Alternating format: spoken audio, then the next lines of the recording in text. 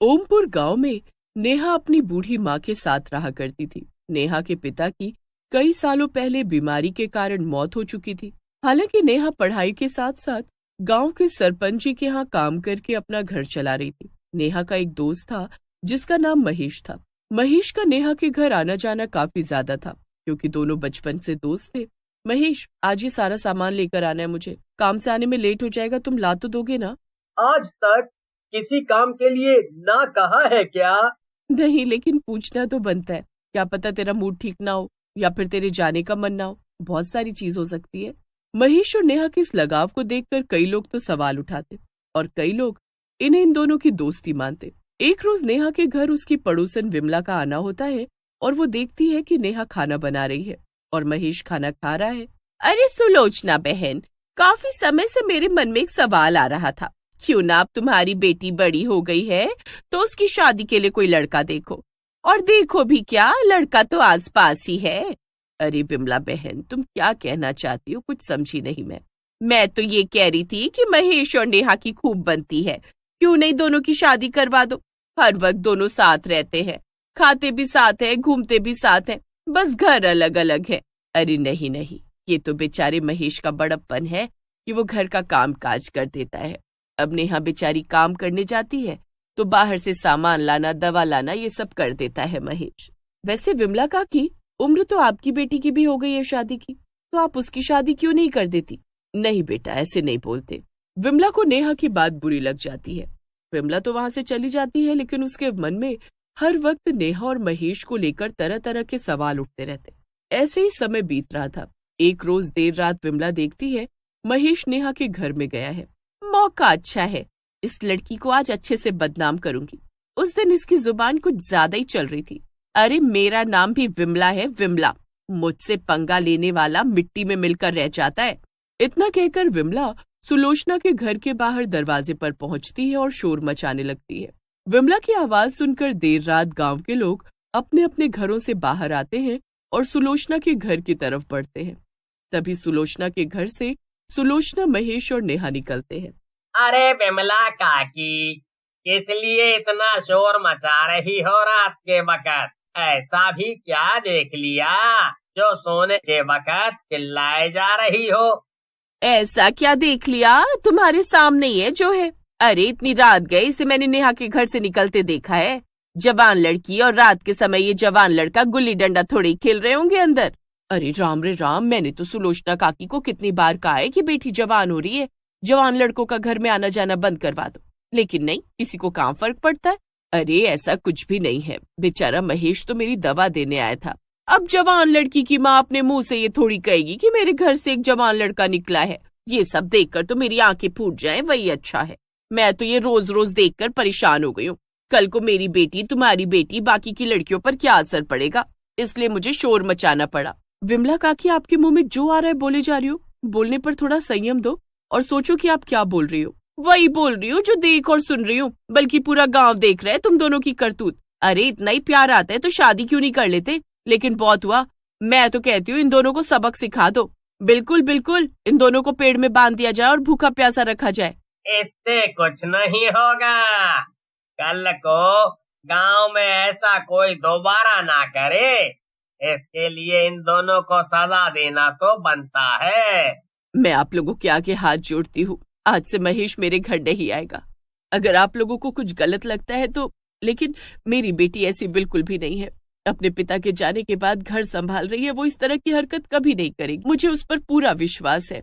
और दोनों को ही गंजा कर दिया जाता है। दोनों को इतना ज्यादा मारा जाता है कि दोनों की हालत गंभीर हो जाती है और अस्पताल ले जाते दोनों की मौत हो जाती है।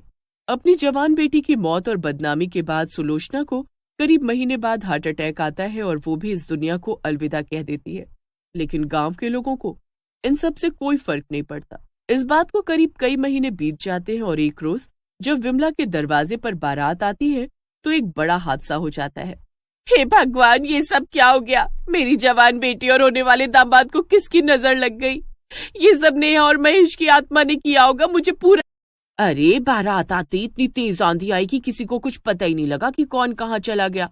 और जब आंधी थमी तो गांव वालों ने देखा आपकी लड़की और होने वाले दामाद की मौत हो चुकी है। बहुत बुरा हुआ विमला काकी, ना जाने अब किसके सहारे जीऊंगी मैं, मेरा क्या होगा कुछ समझ नहीं आ रहा मुझे। गांव में ये पहली बार था जब शादी के दौरान ऐसा हादसा हुआ और इस हादसे को लोग नेहा और महेश की मौत से जोड़ रहे थे। और कुछ दिन बाद गांव में एक और शादी होती है और इस बार शादी की रात दूल्हा और दुल्हन दोनों फांसी पर लटके मिलते हैं। अपनी पत्नी के जाने के बाद अपने बेटे को पढ़ा लिखा कर बड़ा किया, इंजीनियर बनाया और शहर की लड़की से शादी भी की। लेकिन देखो जरा, शादी वाली रात ही दोनों फांसी लगाकर जान दे चुके हैं। ना जाने किस बात का गम था दोनों को, मुझसे तो बताया होता। नहीं नहीं नहीं, उन दोनों ने खुद से फांसी नहीं लगाई है, ये फांसी लगाने वाला कोई और ही है। मैं यकीन से कह सकती हूँ इस गांव में नेहा और महेश की आत्मा भटक रही है। मेरा दिल कह रहा है गांव में होने वाली शादी मातम में बदल जाएगी। अब तक जिनकी भी शादी हुई है उन्हें मौत नसीब हुई है। बहुत लोग इस बात को मानते हैं और बहुत लोग इस बात पर यकीन नहीं करते। और गांव में अब तीसरी शादी होती है और विदाई के वक्त ही दुल्हन और दूल्हे दोनों की लाश एक रूम में मिलती है। और इस हादसे के बाद गांव में लोग शादी के नाम से डर रहे थे। बिमला बिल्कुल ठीक कह रही है। हम गांव वालों ने महेश और नेहा को मार कर गलती कर दी है। उनकी आत्मा भटक रही है और गांव में शादीशुदा जोड़ों को मार रही है। सबसे खास बात तो ये है कि गांव वालों ने उन दोनों को गंजा कर दिया था। हमसे गलती हो गई, मैंने अपनी बेटी खो दी और अपनी बेटी को खोने का दुख क्या होता है मैं आज भुगत रही हूँ। सुलोचना से मैं माफी मांगती हूँ। मैंने जो कुछ किया अपने स्वार्थ में किया।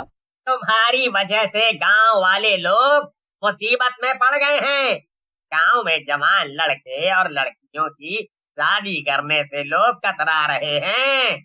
अगर उन्होंने अपने बच्चों की शादी की तो वो मारे जाएंगे। मुझे भी अपने बच्चों को खोने का एहसास है। मैं नहीं चाहता कि गांव में अब और मौतें हो, इसलिए हमें इसका समाधान निकालना होगा। इसके लिए मैं अपनी कुर्बानी देने के लिए तैयार हूँ। मैंने जो पाप किया है उसके लिए अगर मैं अपनी जान भी दे दूं तो कम है। और अब तो मेरे जीने का कोई मकसद नहीं रह गया। मैंने अपनी जवान बेटी खो दी है। जहाँ एक तरफ गांव के लोग डरे सहमे हुए थे और अपने ऊपर आए समस्या का समाधान ढूंढ रहे थे, गांव के लोग एक बार फिर मंदिर के बाहर इकट्ठा होते हैं। तभी वहां से एक साधु बाबा गुजर रहे थे जो गांव के लोगों की बात सुनकर रुक जाते हैं। बाबा प्रणाम, आप इस गांव के तो नहीं लगते। इस गांव में कुछ बुरा हुआ है जिसकी सजा गांव का हर व्यक्ति भुगत रहा है।